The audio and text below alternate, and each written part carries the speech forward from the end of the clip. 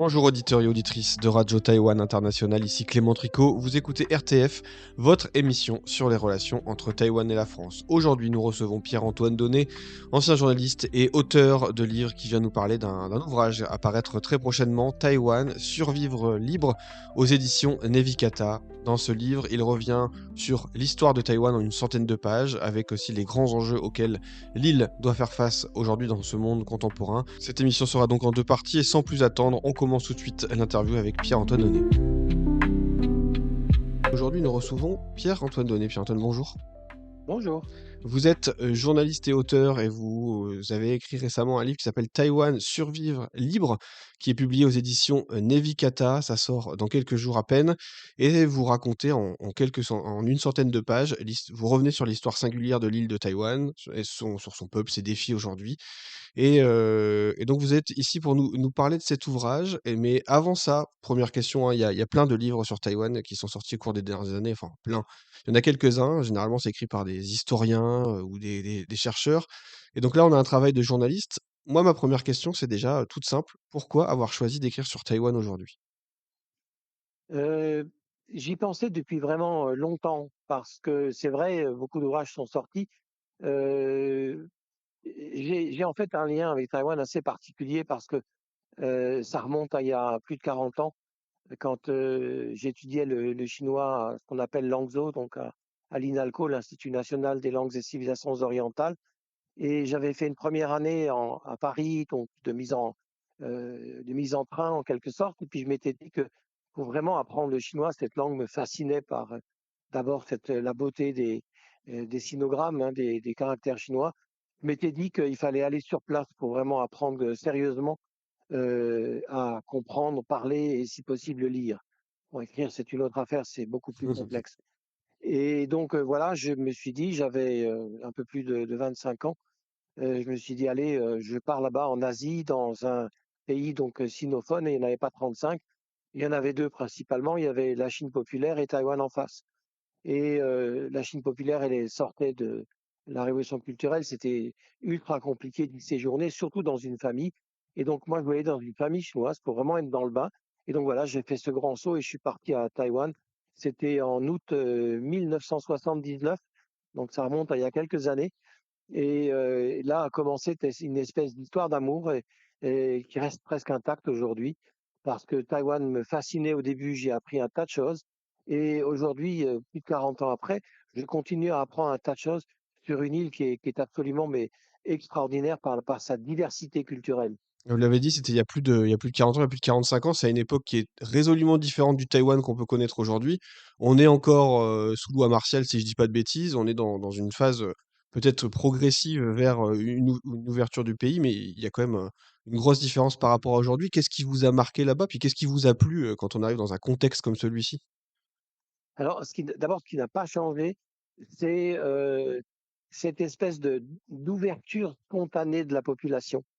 Un accueil toujours à la fois simple, chaleureux, sincère et ouvert surtout. Vous voyez, ça, je peux comparer avec d'autres pays d'Asie. J'étais, je pense, à peu près partout en Asie, mais c'est là où je trouve ce sentiment qui n'a pas changé. Alors, ce qui a changé, bien sûr, vous l'avez abordé, c'est cette prégnance du Kuomintang à l'époque qui était très forte, avec effectivement la loi martiale. Pour moi, l'étranger, le blanc, le long nez, je le sentais pas trop, mais en revanche, quand même, il y avait une sorte de cloisonnement qui faisait que parfois je ressentais chez mes interlocuteurs une gêne quand j'abordais les questions politiques. Depuis, il a été levé. Il y a maintenant une ouverture politique extraordinaire. Et je dois dire que j'en suis arrivé à dire aujourd'hui, et là, justement, je compare avec les voisins de Taïwan dans cette région de l'Asie. Pour moi, c'est la démocratie la plus achevée, la plus complète, la plus vivante de l'Asie de l'Est, où se trouvent les trois réelles démocraties que sont d'abord donc Taïwan en numéro un, le Japon en numéro 2 et la Corée du Sud en numéro 3. Donc, allez, pour rester un tout petit peu sur cette époque, la première fois que vous avez mis les pieds à Taïwan, qu'est-ce qui ça on imagine les voyages forment la jeunesse comme on dit, en plus vous aviez 25 ans. Après vous avez voyagé un peu partout en Asie. Ce 1er voyage à Taïwan, qu'est-ce qu'il a changé aussi en vous de d'aller voir, un pays comme ça, peut-être surprenant avec, cette ouverture dont vous parlez? Qu'est-ce que ça a aussi changé vous, futur journaliste? Ben, d'abord, ça a confirmé cette passion qui avait déjà commencé quelques années auparavant pour l'Asie en général et en particulier l'Asie de l'Est et le monde chinois. Et donc, évidemment, à Taïwan, j'ai trouvé cette diversité du monde chinois de par les origines. Il y avait d'une part, bien sûr, la population qui venait, qui avait accompagné le général Chiang Kai-shek en 1949, qui fuyait les troupes de Mao Tse-tung, mais il y avait aussi cette population locale. Et donc déjà, j'avais senti, c'est vrai, une population taïwanaise qui me le disait à mots couverts, parce que je pense qu'elle avait en partie Mmh. peur, pour une partie d'entre elles, qu'ils n'étaient plus vraiment chez eux et qu'ils étaient des habitants de seconde zone. Donc peu à peu, j'ai réalisé cette espèce de dichotomie entre ce qui est clairement, ce qui était le cas à l'époque, mais que je ne nommais pas encore ainsi, qui était une nouvelle forme de colonisation, celle du Kuomintang de l'époque, et qui venait après toutes ces colonisations qui avaient déjà vécu cette île qui est à peu près grande comme la Belgique. Ouais, et dans votre ouvrage, vous revenez, on l'a dit en début d'émission, en préambule, que vous allez retracer, l'histoire de Taïwan. Alors vous remontez beaucoup plus en arrière, pas seulement à cette période du Kuomintang que vous connaissiez, vous êtes allé beaucoup plus loin. Est-ce que vous pouvez juste nous expliquer, voilà, vous retracez l'histoire de Taïwan, transition vers l'histoire de l'île et jusqu'où vous remontez et pourquoi avoir commencé, aussi loin? Alors, Heu, tout simplement, de toute façon, je pense que c'est clair, à l'esprit de tout journaliste, c'est le passé qui explique le présent et c'est Mmh. le présent qui peut peut-être expliquer l'avenir. Donc, si on ne connaît pas le passé, donc l'histoire, on fait fausse route. Donc, effectivement, dès le début, j'ai commencé à m'interroger sur, cette histoire de Taïwan qui est aujourd'hui, dont le fruit est cette démocratie qu'on voit tous les jours. Eh bien, c'est ce livre, le fil conducteur, c'est une société aujourd'hui de cette richesse équivalente dont je parlais au début, qui est le produit de toutes ces intrusions dans une île. D'abord l'arrivée donc de ce qu'on appelait à l'époque les Shanties, d'une façon à peu près comment condescendante, sinon méprisante, ceux qui habitent dans les montagnes, c'est-à-dire les minorités nationales, Mmh. qui eux venaient d'Austronésie et qui ont été les premiers habitants. Et puis ensuite sont venues toutes ces vagues successives de colonisation, dont la première a été celle des Hollandais, qui s'étaient déjà établis à Java dans l'Indonésie. Oui, et puis on c'est une manière de montrer que c'est vrai qu'il y a beaucoup de débats autour, de l'identité taïwanaise et cetera, mais c'est un rappel, on imagine, nécessaire pour comprendre la société aujourd'hui, de comprendre qu'il y a énormément de couches et de phases historiques qui font que le voilà, on a bien conscience que l'histoire c'est complexe, mais en tout cas, c'est important de le rappeler. C'était aussi un petit peu ça la démarche du livre que vous, c'est pour ça que vous l'avez écrit?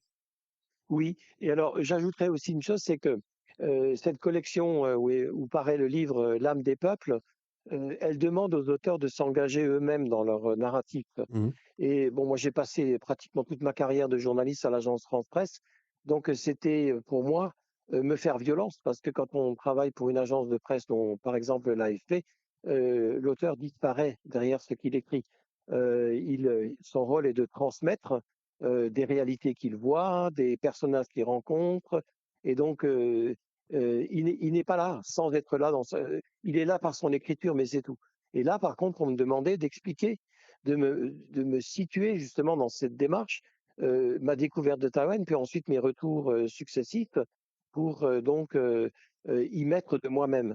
Donc je me suis fait un peu violence, mais je vous avoue que ça a été aussi une profonde jubilation parce que là, effectivement, j'avais euh, comment dirais-je, la porte ouverte pour expliquer aussi beaucoup d'émotions que j'ai ressenties à Taïwan, comme je dois dire dans très peu d'endroits au monde. Bah et donc J'ai peut-être, oui, Donc justement sur ce point, autant y aller. Vous me dites que vous avez été obligé de vous engager même presque sur des questions d'émotion. Comment vous ressentez vous, l'évolution de Taïwan depuis, on va dire, allez, avant la colonisation japonaise, en passant par la dictature jusqu'à aujourd'hui? Comment, on passe de journaliste à auteur et quelles émotions vous avez voulu mettre en avant dans l'écriture de ce livre, quelles sont-elles?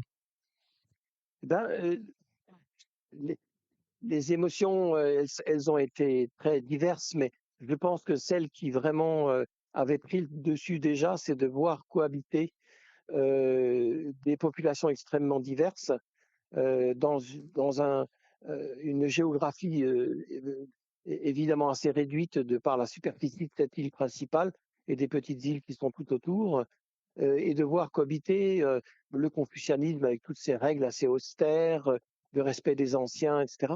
Et puis des formes complètement différentes de spiritualité qui n'ont rien à voir et qui sont justement le fruit de cette mixité sociale qui est le résultat de l'histoire de Taïwan.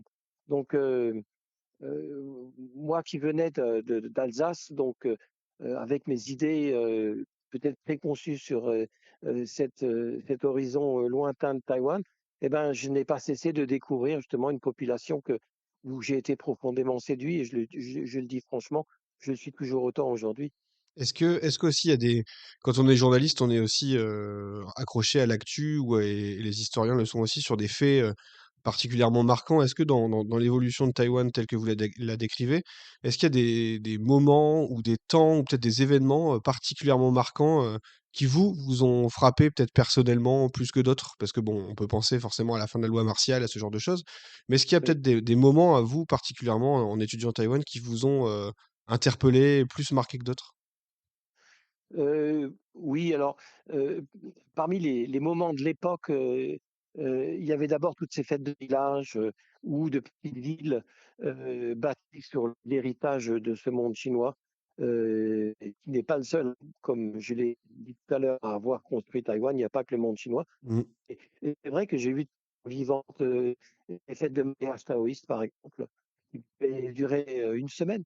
Et moi qui encore une fois était quand même assez ignare, j'étais ébloui par c'était pas, je dirais pas une transe collective, mais presque un village ou d'une petite ville, réunie autour de cette cérémonie. Aujourd'hui, bon, bien sûr que c'est plus pareil, ça a pas totalement disparu, mais ça c'était il y a 40 ans. Mais les autres moments d'émotion ont été peu à peu de découvrir justement heu, ce qui se cachait derrière les slogans politiques du Kuomintang de l'époque, qui était complètement surréaliste. Il fallait recouvrer Taïwan, on allait libérer il fallait recouvrer pardon le continent chinois. Nous allons récupérer la Chine. Des mots d'ordre qui étaient complètement en décalage avec la réalité, mais que personne ne pouvait contester ouvertement parce qu'ils avaient peur. Et ça, je le sentais confusément, mais encore une fois, quand j'étais sur place à cette époque-là, étant étranger, on ne me disait pas tout. Et ça, peu à peu, je l'ai découvert. Donc, si vous voulez, c'est par paliers successifs que on ne comprend Taïwan qu'au bout de quelques années, surtout dans le contexte où j'étais dans les années, à la fin des années 70 ou au début des années 80.